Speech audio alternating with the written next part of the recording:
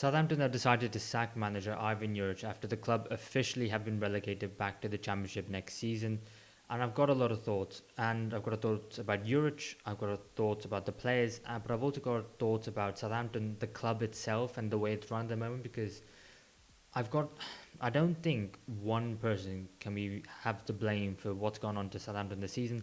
I think there are multiple parties who need to take a responsibility for the failure of what's been a really, really poor season. Because if we start with the summer transfer window, I think Southampton coming back up to the Premier League at the first time of asking, that was, a great achievement beating Leeds in the playoff final.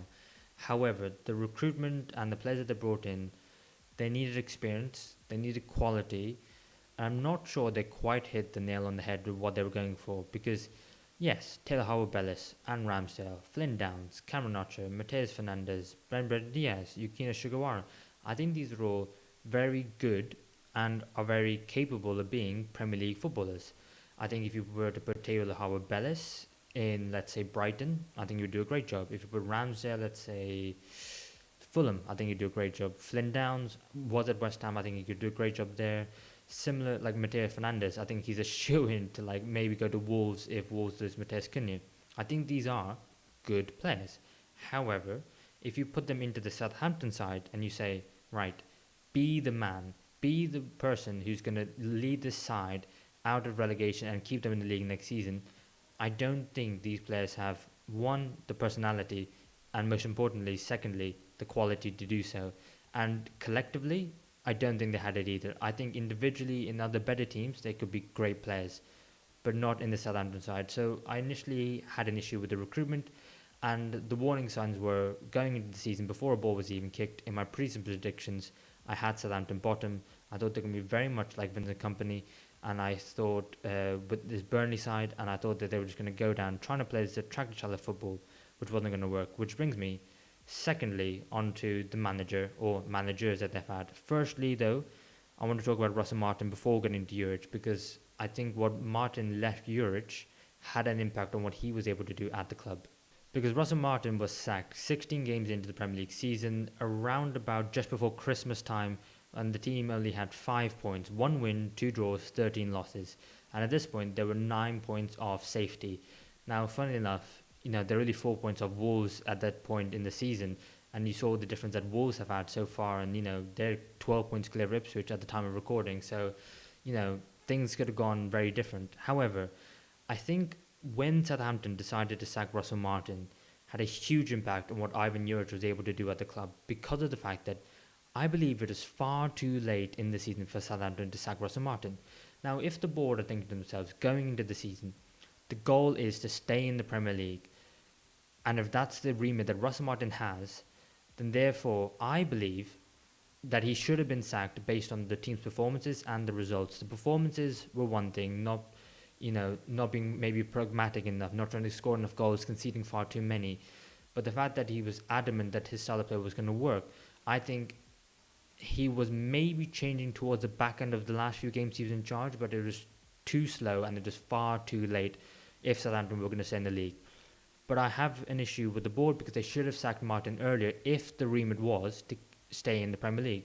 Because if the remit wasn't staying in the Premier League, maybe if the remit was, okay, let's just get the Premier League money, let's reinvest it into the squad, buy young, exciting players who one or two might resell on next season, and then we'll use the rest of them to come up in the Premier League again next year and use that, that yo-yo effect of the Premier League money, then that's something different.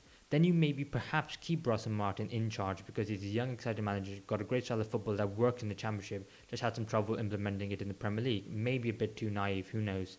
But they sacked him. So clearly the remit was to stay in the Premier League. So why not sack him earlier? Because I think it was clear to everyone watching that this wasn't going to work after maybe 4 or 5 games into the season. Some people were maybe even going even earlier than that. I was hinting at it and some people were saying it before a ball was even kicked in the season. So why not go earlier? But when should they have sacked Russell Martin if they were to do so earlier?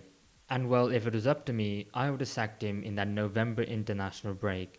At that point, Southampton only had 4 points. The board let him have another 5 games, so they got 1 more point, and they were supposed to have an easy run of fixtures after the November international break, and that didn't quite turn out in terms of results.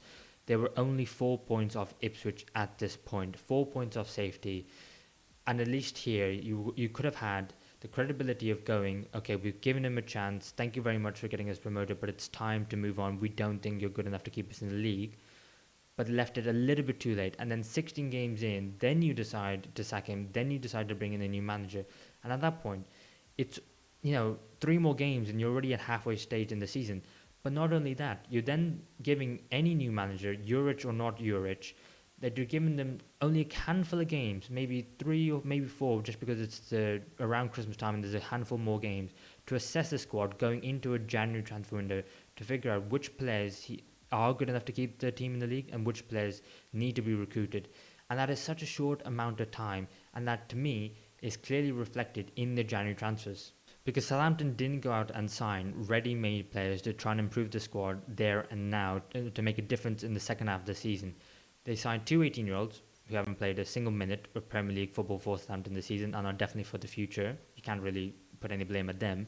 And then the 2 more experienced players, about 23, one's on loan and the other one's a left back. And they combined made a 5 Premier League starts for Southampton this season in the second half of the year. So really, what difference are they going to make? Clearly, it was just about damage limitation. And I think when it comes to Jurić now, him, the manager, his tactics, what he has and hasn't been able to do, you have to put some blame on him. But also, what on earth is he meant to do coming into the situation?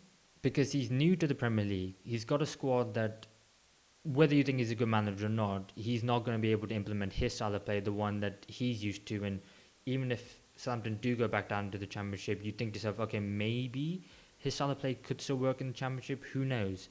But then you don't invest in the squad. You bring in a new manager, and it just feels like the thinking is not aligned in terms of staying up in the Premier League.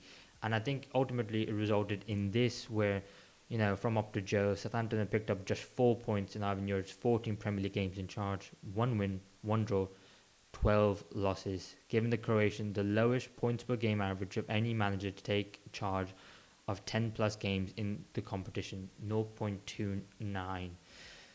And so he is officially the worst manager in Premier League history. And that is something that's going to be on Southampton. They're going to have that record. And there's going to be another record potentially on the horizon of them not being able to achieve Derby's tally of 11 points and arguably be the worst side in Premier League history. But on Jurić, because Southampton decided to part ways, and clearly, according to reports, there might have been a clause in his contract that they could have parted ways for a lower fee had he not kept in the league, which, if we're being honest, seemed very likely when he did take over the job. I think he does have to take some criticism as well. And it's not just on the thinking from the board or the owners or the recruitment team. I think when he came in, I think he was completely different to Russell Martin, and that wasn't necessarily a knock. That was actually, a positive and something to look forward to, because of the fact that maybe if he could have got Southampton compact, maybe they could have got them more defensive and they would have been playing a bit more pragmatic on the counter-attack style of football. Maybe they could have shored up the defence, scored a couple of goals, and maybe got a few draws here and there, maybe get the odd win, and maybe work their way up the table, and then all of a sudden it doesn't look as bad as it was. But still, was he likely to keep in the league? No. But was it impossible at the time that he did take over, 9 points away from relegation and being safe? No, it wasn't impossible. It was incredibly unlikely, but he had 2 hands tied behind his back, and the fact that he didn't make a noticeable change. Arguably, he was worse than Russell Martin in terms of the results that he got, which is hard to do. So, all in all, it was just bad all round from Southampton, if we're being honest. And arguably, for me, the worst mistake that Southampton have made this season is the fact that they haven't learned from their own mistakes. Look at the last time they were in the Premier League. They had Ralph Hasenhüttl in charge of the club. They sacked him, brought in Ruben Selles just to take temporary charge, then brought in Nathan Jones. He was a disaster, and, Ivan Juric has been worse than him, which is, takes some doing. Then they sacked him. Ruben Selles then saw them out to the rest of the season. They hit on a bit of goal with Russell Martin. He, like I said, played attractive, progressive football in the Championship, got them promoted, and then they sacked him. Maybe arguably a bit too late. Sam Rusk took over for a couple of days. Then Juric, now the manager, now he's left the club as well, and it looks like Rusk's going to take over. It's becoming a little bit of an unwritten rule in the Premier League. 3 managers in the season, and your team is going down. yes, ultimately they had to make that first jump, sack the first manager, because if you don't, then just going to stay the same, getting relegated either way, and the rewards of staying in the Premier League are so high. However, you have to get that second appointment right. And now, for two consecutive seasons of Southampton being in the Premier League, they haven't been able to do it, and they've had three different managers in a season. And so ultimately, the owner, the whoever makes the decisions at Southampton, the chairman, the recruitment team, the managers they've had, and most importantly, the players. The players have not been good enough. No one at the club has been good enough in terms of decision making, and they deserve to be where they are. And where Southampton go from here, they have to make sure that they're not the worst team in Premier League history. Beat Derby's record, 11 points, get those points, and make sure that it's not necessarily, it's not, it's more of just a perception thing.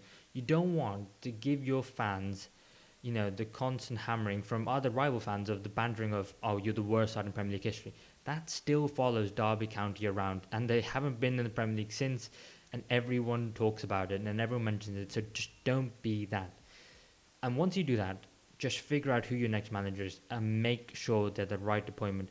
Make sure they're a manager who can get you back into the Premier League, because that is important. Get Southampton back in the Premier League, and then from there make good decisions, because every time that this new ownership at Southampton have been in the Premier League, they have made bad decisions after bad decisions. I mean, the side that Ralph Hasenhuttl went into that season with Southampton was a much better side than the one that Southampton have now, and arguably it was much easier then, even in a couple of years, for a team to stay in the league than the newly promoted side is now. So, there's a lot to do at Southampton.